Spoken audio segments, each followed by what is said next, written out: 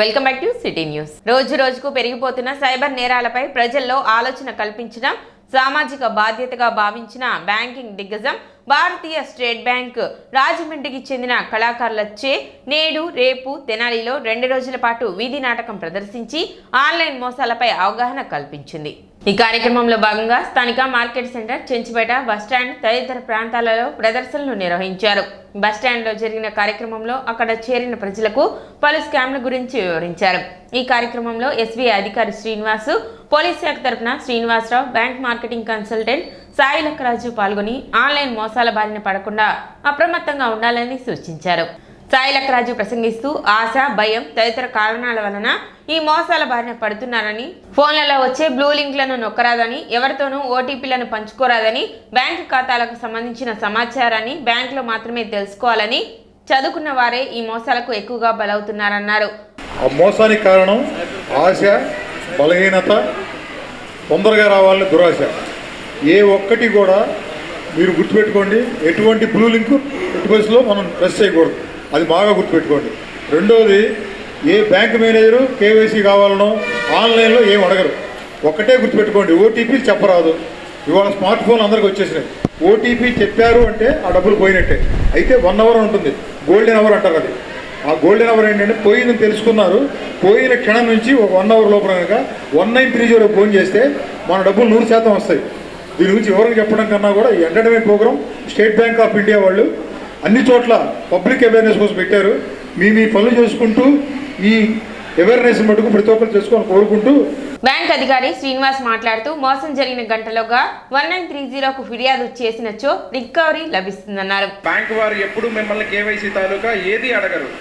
ఏదైనా ఉంటే బ్రాంచ్ని కాంటాక్ట్ అవ్వమని మాత్రమే చెప్తారు. ఆన్లైన్లో ఏ రెస్పాన్స్ ఇవ్వనక్కర్లేదు. ఇక్కడ ఏదైతే డిస్ప్లే చేస్తున్నారో సైబర్ మోసాల తాలూకా ఎలా జరుగుతున్నాయి అనేది కూడా ఒకసారి తెలుగులోనే పెడుతున్నాం. మన అందుబాటులో కోసమే తెలుగులోనే బోర్డు బ్యానర్ ప్రిపేర్ చేయించాము. కాబట్టి అందరూ మోస్ట్లీ ఇక్కడ స్టూడెంట్స్ ఉన్నారు, పెద్దవాళ్ళు ఉన్నారు, చదువుకున్న వాళ్ళే ఉన్నారు ఎక్కువ మంది. అందుకు చదువుకునే వారి కోసం అర్థం కావడం కోసమే ఇలా కండక్ట్ చేస్తున్నాము నాటకాలు. వీళ్ళు మన రాజమండ్రి నుంచి వచ్చారు, మన కోసమే వచ్చారు, మనకి తెలియజెప్పడానికి కోసమే వచ్చారు. కాబట్టి అందరూ దయచేసి వినండి, నేర్చుకోండి, ఏ మోసాలకి గురి కావద్దు. ముఖ్యంగా బ్యాంకుల తాలూకా బ్యాంకులకే వచ్చి రెస్పాండ్, ఏదైనా సరే బ్యాంకులకే రండి. ఏది ఇన్ఫర్మేషన్ కావాలన్నా బ్రాంచ్కి వచ్చి కలవండి. ఆన్లైన్లో ఎటువంటికి పాల్పడొద్దు. సైబర్ నేరాలపై, ఆన్లైన్ మోసాలపై హాస్యం, వినోదం మేళవించి రూపొందించిన వీధి నాటకం ఆద్యంతం రసవత్తరంగా జరిగి ఆహుతులను ఆకట్టుకుంది. ఫోన్ పే చేశారు చూడండి, ఒకసారి ఫోన్ పే వచ్చి చూడండి. వస్తుంది, మా వాళ్ళు పంపిస్తారు సార్. అయితే మరి ఏదో బ్లూ అంకి ద్వారా ఒక మెసేజ్ వచ్చిందండి. ఆ మెసేజ్ వచ్చింది, దాన్ని క్లిక్ చేయండి. క్లిక్ చేయాలా? దాన్ని క్లిక్ చేశారనుకోండి, మీకు ఆర్డర్ తీసుకున్నట్టుగా మాకు పిల్లప్ వస్తుంది అంతే. ఓహో, దాన్ని క్లిక్ చేసి మీకు ఆర్డర్ అయినట్టుగా పిల్లప్ వస్తుందా? ఓకే సార్, అలాగేనండి. సైబర్ నేరాల గురించి ముఖ్యంగా చెప్పేది ఏంటంటే, ఈ మెసేజ్లు వచ్చినప్పుడు మనకి గ్రీన్ మీద క్లిక్ చేయొద్దు అనేది ఒకటి. ఓటీపీ, మనకు వచ్చిన ఓటీపీ అడుగుతారు వాళ్ళు. ఆ ఓటీపీ గురించి చెప్పకూడదు అనేది అందరూ తెలుసుకోవాల్సిన ముఖ్యమైన విషయం. ఇంకో విషయం ఏంటంటే, బ్యాంక్ గురించి ఎలాంటి ఆఫీసర్స్ కూడా మేము మీకు ఫోన్ చేస్తున్నాము, మీరు అది చెప్పండి, ఇది చెప్పండి అనేది వాళ్ళు అడుగుతుంటారు. ఇది కూడా ముఖ్యంగా అందరూ గుర్తుపెట్టుకొని, మనకి ఏ బ్యాంక్ మేనేజర్ కానీ ఎవరు కానీ మనకి ఫోన్ చేయరు. మనకేమైనా అవసరం ఉంటే మనం పోయి బ్యాంక్కి వెళ్ళి మనం తెలుసుకోవాల్సిందే, కానీ వాళ్ళు ఎవరు ఫోన్ చేయరు అనేది ముఖ్యంగా అందరూ గుర్తుపెట్టుకొని ఈ నిబంధనలు అందరూ పాటించి ఎవరు డబ్బులు పోగొట్టుకోకూడదు అనేది ముఖ్యమైన దీని ఉద్దేశం. సైబర్ క్రైమ్ అనేది కంటిన్యూటీ అవుతుంది వల్ల ఇది టెలికాస్ట్ అవుతుంది. ఇది ఒక్క స్టేట్కే కాదు, అన్ని స్టేట్లకి ఇది టెలికాస్ట్ అవుతుంది. ఈ సైబర్ క్రైమ్ అనేది అరికట్టే విధానంలో సెల్ వాడకం ప్రతి ఒక్క రోజు ఈరోజు కమ్యూనిటీ బాగా డెవలప్మెంట్ అవడం వల్ల చదువుకున్న వాళ్ళు, చదువుకోలేని వాళ్ళు కూడా కామన్గా మాకు కమ్యూనికేషన్ నిమిత్తం మాకు సెల్ ఉంటే వాళ్ళతో మాట్లాడుతాం, మీతో మాట్లాడతాం చెప్పి అందరూ కూడా దీనికి తోడ్పడడం వల్ల సెల్స్ అనేవి బాగా డెవలప్మెంట్ అయిపోయినాయి. నెల్లూరు నగరంలో ఫిబ్రవరి 1, 2, 3 తేదీలలో జరుగుతున్న సిపిఎం 27వ మహాసభలను జయప్రదం చేయాలని కోరుతూ స్థానిక సిపిఎం ఆధ్వర్యంలో కరపత్రాలు పంపిణీ ప్రచారం నిర్వహించారు. సుల్తానాబాద్ పారిశ్రామిక వాడలో కార్మికులను ఉద్దేశించి సిపిఎం నాయకులు కె బాబు ప్రసాద్ మాట్లాడారు. గత 3 రోజుల నుండి సిపిఎం బస్సు జాత తాడేపల్లి, మంగళగిరి, రాజధాని, గుంటూరులో మహాసభల గురించి ప్రచారం నిర్వహిస్తూ ఉందని, ఆ జాత రేపు ఉదయం తెనాలి చేరుతుందని చెప్పారు. 31న అన్నాబత్తుని పురవేదిక వద్ద ప్రజలను ఉద్దేశించి నాయకులు మాట్లాడతారని చెప్పారు. తెనాలి పట్టణ ప్రజలు జాతకు స్వాగతం పలికి కార్యక్రమాన్ని జయప్రదం చేయాలని విజ్ఞప్తి చేశారు. విడిపోవాలని కోరుకున్న వారికి రాజధానిని అప్పగించి కలిసి ఉండాలని కోరుకున్న మనకు చెంబుడు నీళ్లు, గుప్పెడు మట్టి ఇచ్చి అన్యాయం చేశారని, 10 ఏళ్ల 6 మాసాలు గడిచినా రాజధానికి నిర్దిష్ట ప్రణాళిక లేకుండా పోయిందని, కేంద్రం నిధులు కేటాయించకపోవడం రాష్ట్రానికి తీరని ద్రోహమని చెప్పారు. విభజన చట్టంలోని అంశాల అమలుకు పూనుకోకుండా కాలయాపన చేస్తున్నారని, రాష్ట్ర ప్రభుత్వం నిమ్మకు నీరెత్తినట్లు వ్యవహరిస్తున్నారని వాపోయారు. ఫిబ్రవరి 1, 2, 3 తారీఖుల్లో నెల్లూరులో సిపిఎం రాష్ట్ర మహాసభలు జరుగుతున్నాయి. ఆ మహాసభల సందర్భంగా గత మహాసభ జరిగినటువంటి తాడేపల్లి నుంచి ఒక జాత బయలుదేరి నెల్లూరు వరకు అన్ని మండల పట్టణ కేంద్రాన్ని కలుపుకుంటూ మహాసభలో చర్చించేటువంటి అంశాలను ప్రజల దృష్టికి తీసుకెళ్ళడం కోసం ఒక జాతా కార్యక్రమాన్ని ఏర్పాటు చేయడం జరిగింది. ఆ జాత నిన్న తాడేపల్లి, మంగళగిరి, రాజధాని ప్రాంతాల్లో పర్యటన చేసింది. రేపు ఉదయం మన తెనాలి రాబోతూ ఉంది. తెనాలి పురవేదిక దగ్గర సభ జరుగుతుంది. తెనాలి పట్టణంలోని అన్ని వర్గాల ప్రజానీకం హాజరయ్యి ఆ జాతా కార్యక్రమాన్ని జయప్రదం చేయాల్సిందిగా కోరుతున్నాం. జాతా ప్రధాన ఉద్దేశం ఏంటంటే రాష్ట్రానికి రాజధాని లేకపోవటం చాలా దురదృష్టకరమైనటువంటి పరిస్థితి. రాజధాని లేనందువలన రాష్ట్రంలోని వివిధ వర్గాల ప్రజానీకానికి పని దినాలు లేకుండా పోయినాయి, కనీస వేతనాలు లేకుండా పోయినాయి. రాజధాని భూమి ఇచ్చినటువంటి రైతుల పరిస్థితి కూడా చాలా దీనంగా ఉంది. ఈ సమస్యలు 10.5 సంవత్సరాలు గడిచినా కూడా కేంద్ర రాష్ట్ర ప్రభుత్వాలు ఇతర అంశాలు ఏవో చెప్పుకుంటూ పోవటం తప్పనిచ్చి కీలకమైనటువంటి నిర్దిష్టమైనటువంటి కార్యాచరణ అనేటువంటిది లేకుండా పోయింది. ఆంధ్రప్రదేశ్ రైతు సంఘం నాయకులు ముల్కా శివసామిరెడ్డి మాట్లాడుతూ పోలవరం ప్రాజెక్టు నిర్మాణం నత్తనడక నడుస్తున్నట్లు ఉన్నదని, రైతాంగం పండించిన పంటలను కొనే నాదుడు లేకుండా పోయారని, ఎన్నికలలో ఇచ్చిన వాగ్దానాలను అమలు చేయడంలో కేంద్ర రాష్ట్ర ప్రభుత్వాలు విఫలం చెందాయని చెప్పారు. రాష్ట్రాన్ని దివాళా తీయించారని చెప్పారు. నిధులు లేవని చెప్పడం సరికాదని, ఈ విషయాన్ని రాష్ట్ర మహాసభలలో చర్చించి నిర్ణయాలు చేస్తారని చెప్పారు. కార్యక్రమంలో Shaik Hussain Vali, G Venkata Subbaiah, G Rambabu, D Ratnababu, P Muralikrishnareddy, T Kashi Viswanatham, G Yedukondalu, R Sivareddy, D Ramanareddy, K Srinivasarao తదితరులు పాల్గొన్నారు. భారత కమ్యూనిస్ట్ పార్టీ మార్క్సిస్టు 27వ రాష్ట్ర మహాసభలు ఫిబ్రవరి 1, 2, 3 తేదీల్లో నెల్లూరు పట్టణ నగరంలో జరుగుతున్నాయి. ఆ సందర్భంగా రేపు ఉదయం 10 గంటలకు తెనాలి మున్సిపల్ ఆఫీసు పురవేదిక వద్దకు ఈ జాత వస్తుంది. కూటమి ప్రభుత్వం ఏర్పడి 8 నెలలు గడిచినా కానీ అనేక వాగ్దానాలు ఏది కూడా అమలు జరగని పరిస్థితి. రైతులకి 20,000 రూపాయలు పెట్టుబడి సాయం కానీ, లేకపోతే తక్కిన హామీలు, సూపర్ 6 హామీలు కూడా అమలు కాని పరిస్థితి. అట్లాగే రాష్ట్రం అనేక విధాలుగా వెనుకబడిన ఉండగాని కేంద్ర ప్రభుత్వం ఈ అభివృద్ధికి, రాజధాని అభివృద్ధికి కానీ, పోలవరం ప్రాజెక్టుకు కానీ వీటన్నిటికి కూడా నిధులు కేటాయింపులు జరగకపోవటం వల్ల రాష్ట్రానికి తీవ్రమైన అన్యాయం జరుగుతుంది.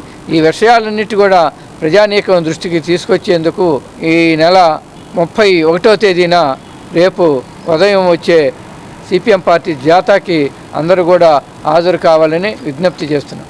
జాతిపిత మహాత్మా గాంధీ వర్ధంతి కార్యక్రమాన్ని కాంగ్రెస్ పార్టీ ఆధ్వర్యంలో నిర్వహించారు. ఈ సందర్భంగా మున్సిపల్ కార్యాలయం వద్ద ఉన్న గాంధీ విగ్రహానికి తెనాలి నియోజకవర్గ Congress party in-charge doctor Chandu Sambasivudu ఆధ్వర్యంలో పూలమాలలు వేసి నివాళులు అర్పించారు.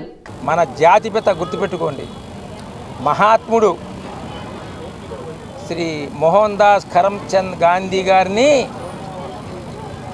ఒక మత టెర్రరిస్టులు, రిలీజియస్ టెర్రరిస్టులు అని మానాలి. ఆయన్ని పొట్టన పెట్టుకున్నటువంటి రోజు ఆయన మన 1948 జనవరి 30న ఆయన హత్య కావించబడ్డాడు. నాథురామ్ గాడ్సే అనేటువంటి ఒక రిలీజియస్ ఎక్స్ట్రీమిస్ట్, దాని ఏమంటారు ఎక్స్ట్రీమిస్టు మన తెలుగులో చెప్పండి. అలా మహాత్మా గాంధీ గారిని చనిపోయి ఇప్పటికి 77 సంవత్సరాలు అయ్యింది. మహాత్మా గాంధీ గారంటే తెలియని వాళ్ళు, చదువుకున్న వాళ్ళు అయితే ప్రపంచంలో ఎవరూ లేరు. మన దేశంలో చదువుకున్నా చదువుకోకపోయినా అందరికీ జాతిపిత తండ్రి లాంటాడు అని చెప్పేసి అందరికీ తెలుసు. మహాత్మా గాంధీ గారి యొక్క ఫలితం వల్లే, ఆయన యొక్క కష్ట ఫలితం వల్ల, ఆయన యొక్క సారథ్యంలో నాయకులందరి కృషి వల్ల మన దేశానికి భారతదేశం వచ్చి ఈ రోజును మనం అందరం మాట్లాడుకుంటున్నామంటే అది ఆయన సెలవు. రెండవది, మహాత్మా గాంధీ గారు కాంగ్రెస్ పార్టీకి సారథ్యం వహించి నిర్వహించి ఇంతకుముందు ఆ సౌత్ ఆఫ్రికాలో కూడా, ఇంగ్లాండ్లో బారెట్లా తీసుకుని సౌత్ ఆఫ్రికాలో కూడా చాలా హక్కుల ఉద్యమం చేసి ఇక్కడికి వచ్చి డూ ఆర్ డై అనేటువంటి నాదంతో స్వాతంత్రం తీసుకురావటమా లేదా చనిపోవటం అనే నాదంతో, అన్నిటికంటే ముఖ్యంగా అహింసావాదంతో భారతదేశానికి స్వాతంత్రం తెచ్చిపెట్టాడు. ఈ బాటలోనే ఇప్పుడు కూడా చాలామంది నడుస్తున్నారు అహింసావాదం. కొన్ని దేశాల్లో అయితే విప్లవాల ద్వారా హింసవాదంతో వచ్చింది. మన దేశంలో అహింసావాదంతో తీసుకొచ్చినట్టు గంత మహాత్మా గాంధీ గారు చెప్తూ, ఆ మహాత్మా గాంధీ గారి వారి శిష్యులైనటువంటి జవహర్లాల్ నెహ్రూ, వల్లభాయ్ పటేల్, అలాగే తర్వాత ఇందిరాగాంధీ గారు, వీళ్ళందరి యొక్క రాజీవ్ గాంధీ గారు, వీళ్ళందరి యొక్క సారథ్యంలో వీరందరి యొక్క అడుగుజాడలో మా కాంగ్రెస్ పార్టీ నడుస్తుంది. కార్యక్రమంలో Tenali town president Ponnuru Nagasurya Sasidharrao, OBC state vice president Gurrapu Dwaraka Srinivas, Purnachandrarao, Sivakumar, Steven Babu, Rayappa, Ramesh, Ayyappa, Sankararao, Subbarao, Madhavarao, Koteswararao, Veeraswamy, Srinu, Mallikarjunarao తదితరులు పాల్గొన్నారు.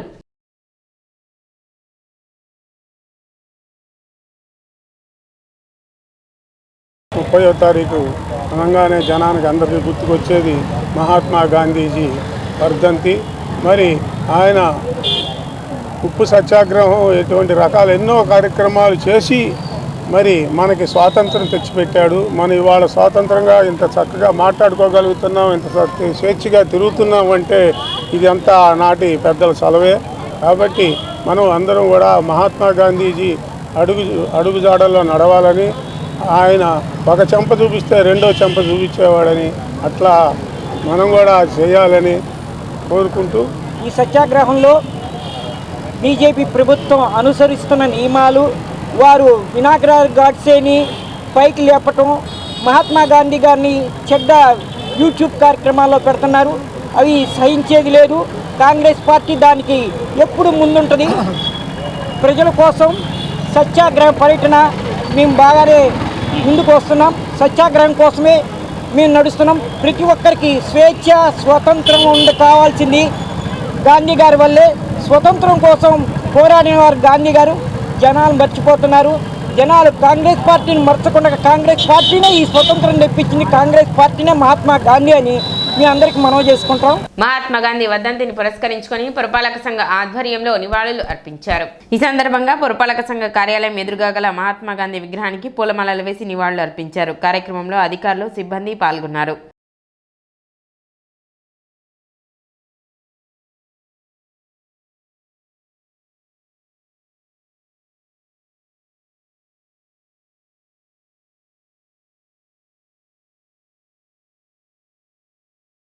సిటీ న్యూస్ ముంచే ముందు ముఖ్యాంశాలు మరోసారి.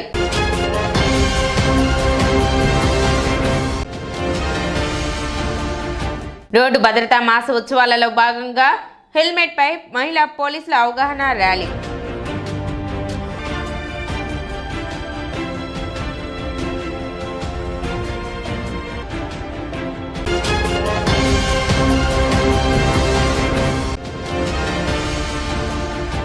ఇటీవల జరిగిన రోడ్డు ప్రమాదంలో మరణించిన మాలతి కుటుంబాన్ని పరామర్శించిన మంత్రి నాదెండ్ల మనోహర్.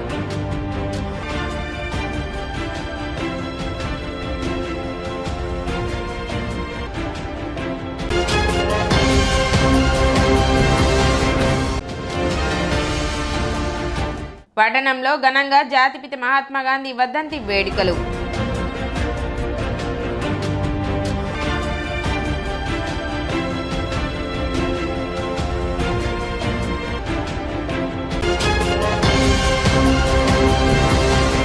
సిటీ న్యూస్ ఇంతటితో సమాప్తం. నమస్కారం.